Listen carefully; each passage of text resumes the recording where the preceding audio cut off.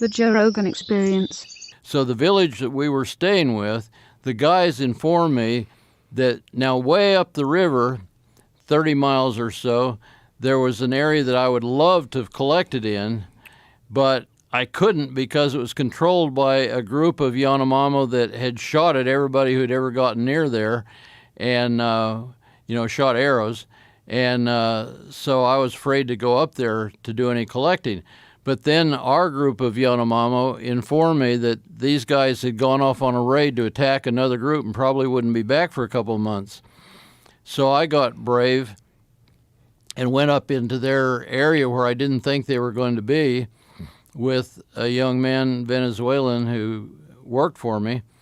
And we had just parked our dugout canoe on the bank and had gone out into the woods to set nets for bats when we hear 100 or so, maybe not 100, but a goodly number of Yanomamo men coming down the trail. And we immediately thought, oh my God, we're going to be absolutely dead ducks if they find us. But I did know that they don't usually go after their quarry. They usually wait in ambush. So we hid out in the jungle until about 2 o'clock in the morning and then tried turning our lights really dim and sneaking along without making any noise to get back to our canoe and hoping they were asleep.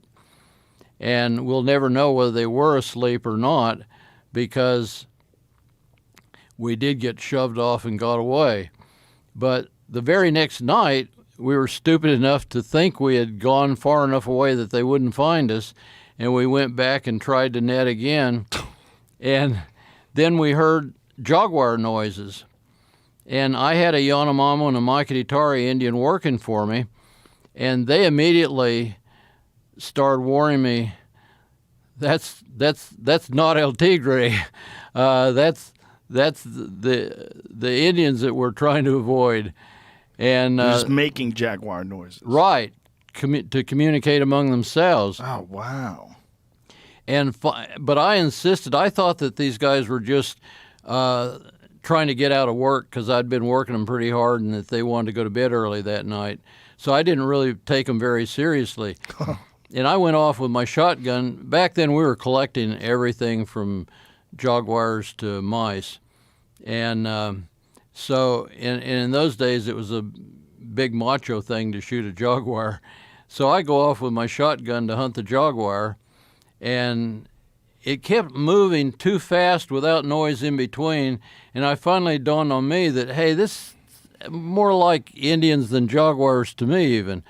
I went back, and my guys were just ready to actually abandon me and leave me. They were so scared. Oh, no. We didn't even take the nets down. We got out of there as fast as we could, went back to camp, and the next day when we came back to get our nets, all the main strands of the nets had been stolen, proving that these were Indians that were after us. And we probably just got out in time. Ooh. So that's the most danger you've ever been in. I don't know. I mean, there was the time I was crawling into a cave and on my belly in a narrow passage, and all of a sudden found that there was a big cobra coming out, and I had to lay perfectly still so that the cobra didn't get upset while he was going by. So you had to lay perfectly still while the cobra slithered by you? Yeah. Whoa. And there was the time the river bandits came after us. River bandits, where was that? That was in Venezuela in the Costa Chiari Canal.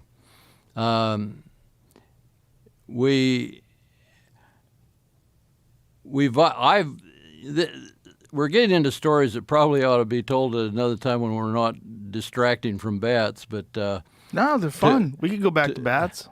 To put a long story shorter, the Costa Chiari Canal is the world's longest natural canal, and out in the middle of it, there are just no humans around. And we were camped out there collecting for the Smithsonian. But I carried a lot of small cash to do business when I did come to where there were villages. The small cash was hidden in false bottoms of trunks. The way I got the cash, we were funded through a military grant, and anybody that knows anything about the military knows they've got every restriction under the sun on their money and accounting for it. I had known that their rules weren't going to work very well for collecting, and so I had gotten bids from plane charter companies to fly us out to this remote savannah, and they were going to charge a lot of money because it was risky to the planes. And so I got the military to send the money to the Bank of America in Caracas, and then this was time when you had machine guns at the door of every bank, and I mean it was a dangerous time in Venezuela, period. Well, we pretended to change Christmas gifts, and that's how we got our money into small change and took it back to our hotel. Then we put it in false bottoms of trunks. Then we go out to the frontier, and after a while the word kind of gets around that these guys can always pay for something. They must have some secret supply of money. So one day we're out at this remote camp, and my Venezuelan helpers, Indians, came running up saying, oh, in Spanish, cuidado, the not vandals, but the robbers are coming. And they were coming up the river in a little motorized dugout. And so that's how my guys heard them in time to know that they were coming, and then they saw them and realized who they were.